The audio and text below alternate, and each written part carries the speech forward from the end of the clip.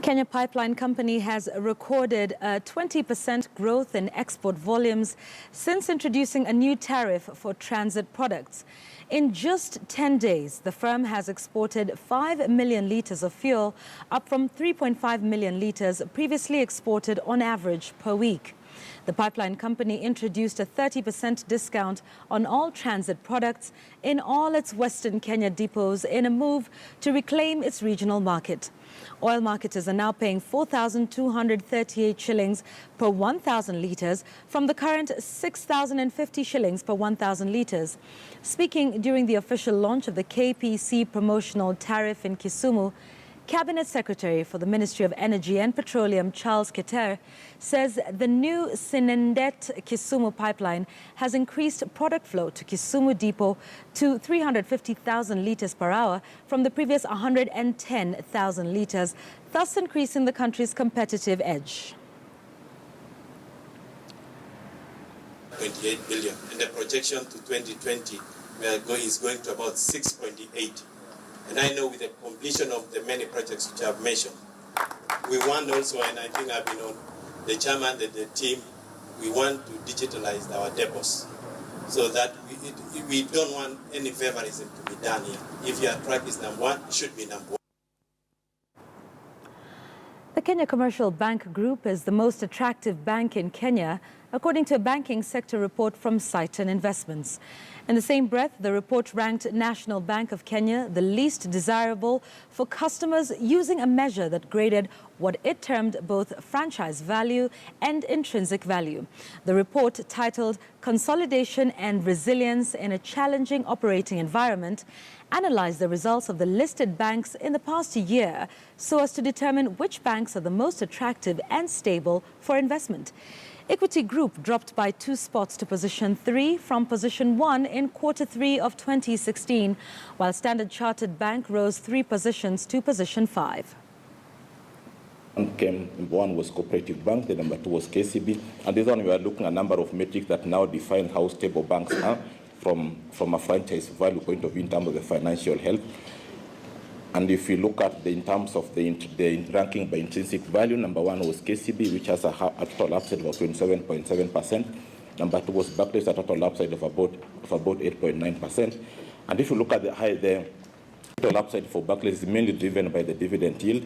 In an environment where dividend yield is coming is even to be higher than even the 91-day T-bill, which again confirms the undervaluation of the banking sector and availability of the growth of the attractive investment opportunity for those who are looking for long-term investors. Changing weather patterns, global warming and changing land use has seen livestock farmers in arid and semi-arid regions of Kenya struggle to feed their animals during the dry season.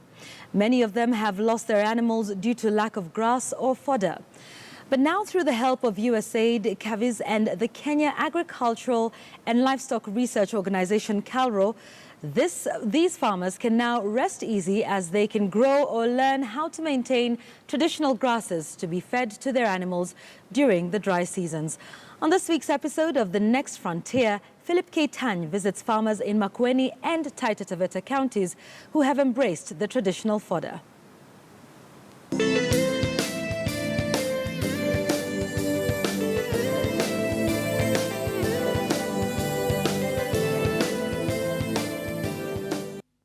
Livestock rearing is one of the more prominent economic activities and source of livelihood among the rural-dwelling households in arid and semi-arid lands of Kenya.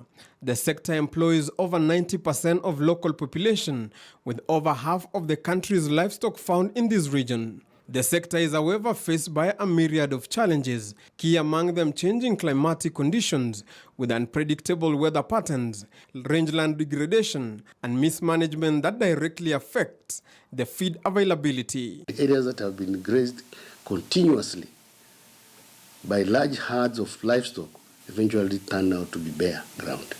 Various institutions, organizations and projects such as the Kenya Agricultural Value Chain Enterprise Project by USAID, commonly known as USAID CAVS, strives to assist the communities living in ASALs to improve livestock productivity through different initiatives, Several pasture and fodder technologies have been developed and disseminated by different bodies for the arid and semi-arid regions in Kenya. Or in counties where we have lower areas with huge chunks of land, we have encouraged the groups to go into massive fodder production. And an example is in Taita, we have Kishushe, where we have the groups that have come together and harvesting natural grasses. Despite the availability of various knowledge channels, most farmers do not have access to information on good agricultural practices to enhance pasture and fodder production. There was inadequate knowledge of suitable species,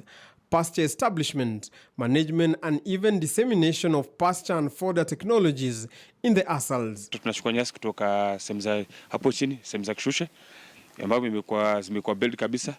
So ambapo kwa pale kama mimi nikichukua lori mbili za kukauka, hizo najua msimu wangu wote utakomesha.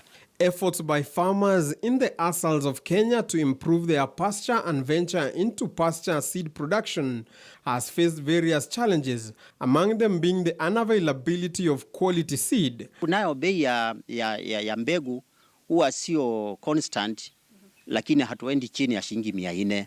USAID Caves and Calro through various avenues have however managed to train farmers on quality forage seed production. The organizations have been involved in pasture seed multiplication. These include Anthropogon macrostachias, popularly known as the bushray, Eragostis superba, also known as the Maasai lovegrass, Chloris rosbergiana, also known as the horsetail grass, and St. Ciliaris, also known as the African foxtail, which are the main key species for reseeding and pasture improvement in Kenyan rangelands. Pesa ya nyazi ni nzuri. Huwa nikiambia watu mimi nimefalia nyazi, mimi nimekula nyazi, lakini sio hivyo direct. Ndio. Dairy farmers in most parts of the country have been struggling to feed their animals in the recent past due to reduced amount of rainfall being received. But now farmers in lowland Kenya are taking advantage of the situation and harvesting naturally occurring grass and selling it to the dairy farmers, helping sustain the sector. Philip Keitang for the Next Frontier.